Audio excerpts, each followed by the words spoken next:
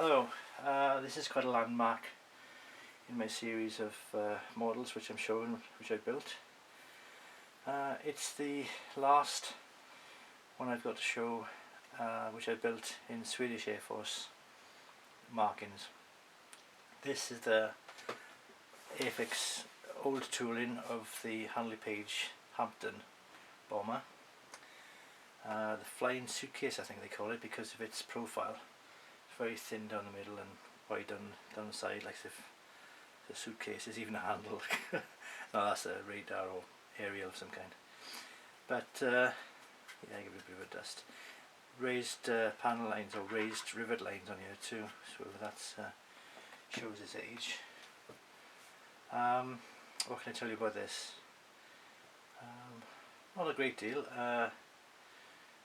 Did the masking of the areas around the various painting areas.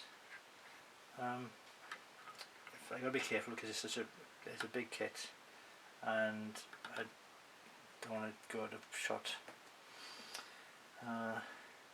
I used a bit of a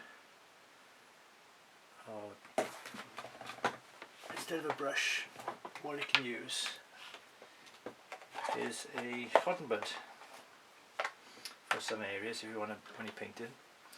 And what I did for the, I think it's aluminium or the metal collector ring anyway around the Mercury engines, they go brown, like a bronzy colour, but often the tips, the edges remain aluminium colour. Perhaps they don't get as hot as the rest of it. Anyway, you can get a cotton bud with a bit of use like a dry brush technique, and you can just mark it out on the edge. You can see what I'm doing, paint the edge that way, and get a bit of a feathering effect if you're careful. Anyway, that's one little tip. I managed to get the propellers retreating. It was a bit difficult to get the machine gun in place, in as much as it was quite easy to knock, so when I'm moving this back and forth, I've got to watch it and snap that off. As is the case with the underside, you've got the balances for the what do you call them? Begins with A. Ailerons. See, my mind's not with it.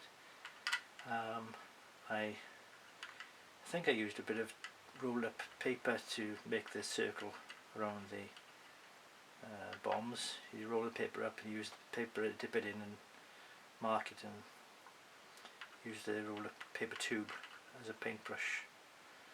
That's what I think to try. As usual, the complicated undercarriage can sometimes be a bit of a faff, and you may see that one's a bit squiffy but there. More guns underneath there we've got to watch out for. I've tried to do some weathering and some smoke effect here with some pastels for various success, and on the surface as well I've got a bit of a smoke effect with some pastels. I tried to paint the navigation lights as well, so they're painted. I added a bit of black to some signal reds to try and tone it down a bit, but I don't know if it would be accurate. Anyway, this is the last and largest Swedish Airforce one I've built. It's an old kit, so hopefully Airfix will bring out a new one. But if you ever see a Hampden kit, you can either build this one or the original RAF example. I've got a bit of a gold paint there for the instrument on the side, which is set of brass. But yeah, not a bad kit, and it's time. Keep an eye out for one. You might get one and have a choice to build. Bye now.